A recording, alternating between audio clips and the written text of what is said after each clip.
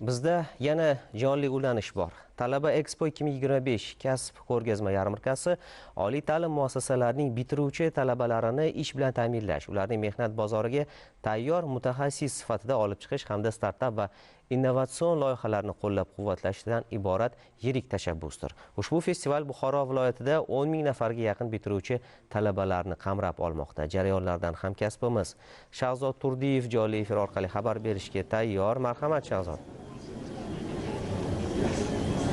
Assalomu alaykum.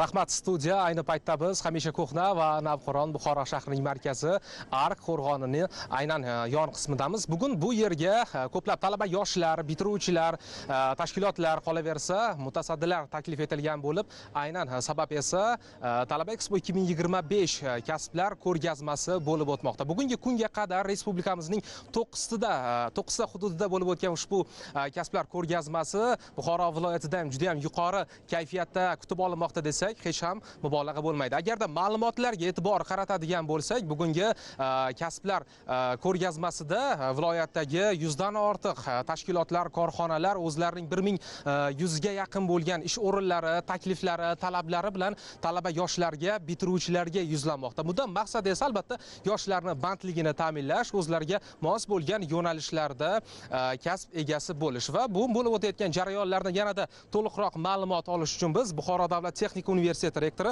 Sadoqat Siddiqovaga yuzlanamiz. Assalomu alaykum. Bugungi kasblar o'sha ko'rgazmasidagi jarayonlar haqida bir to'liqroq ma'lumot berib o'tsangiz, marhamat. Albatta, bugun yoshlarimizning ta'lim olishi, ilm cho'qqalarini egallashi uchun hukumatimiz, hurmatli prezidentimiz tomonidan juda katta imkoniyatlar yaratib berilyapti. Mana shu yilgi bir nechta yoshlar bilan bo'lgan uchrashuvlarda aynan biz rektorlarga mana shu tugatayotgan bitiruvchilarni nafaqat mehnat bozoriga chiqarish, balki ularni to'liq bandligini ta'minlash bo'yicha juda katta topshiriqlar berildi va bunga yetarli mexanizmlar ham yaratib berildi. Bu mexanizmlardan bir juda katta inqilobiy tashabbuslardan biri bu kelajakka qadam dasturi asosida mana shu o'z biznes faoliyatini boshlamoqchi bo'lgan talabalarimiz uchun imtiyozli kredit dasturlarining ajratilishi. Biz